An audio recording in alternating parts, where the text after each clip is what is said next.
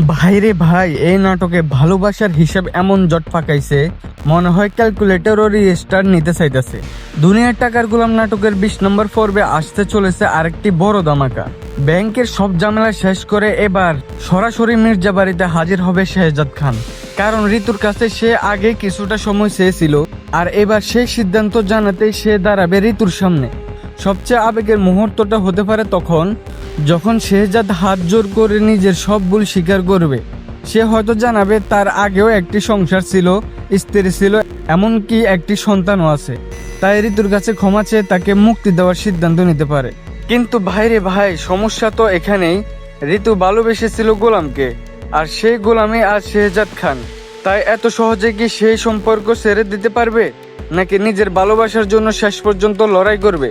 অন্যদিকে মির্জা বাড়িতে ফাতেমা আর প্রিয়ার প্রসঙ্গ উঠতেই পুরো পরিবার বদলে যেতে পারে, যেখান থেকে হয়তো রিশাদকে ঘিরে নতুন রহস্যের সূচনা হবে। আর যদি শেহজাদের সামনে ফাতেমা আর রিশাদের বিয়ের বিষয়টি উঠে আসে, তাহলে আগামী পর্বে আরো বড় বিস্ফোরক পরিস্থিতি তৈরি হতে পারে।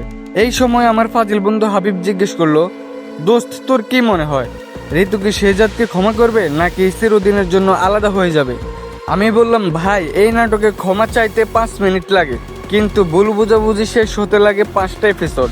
তবে আসল ঘটনা জানতে অবশ্যই নাটকের পরবর্তী পর্বটি দেখতে হবে। আপনাদের কি মনে হয়, ঋতু কি শেহজাদকে ক্ষমা করবে, নাকি তাদের সম্পর্ক এখানে শেষ হয়ে যাবে? কমেন্টে জানান। আর ফাজিলগিরি ফানে নতুন হলে এখনই সাবস্ক্রাইব করে ফেলুন। আল্লাহ হাফেজ।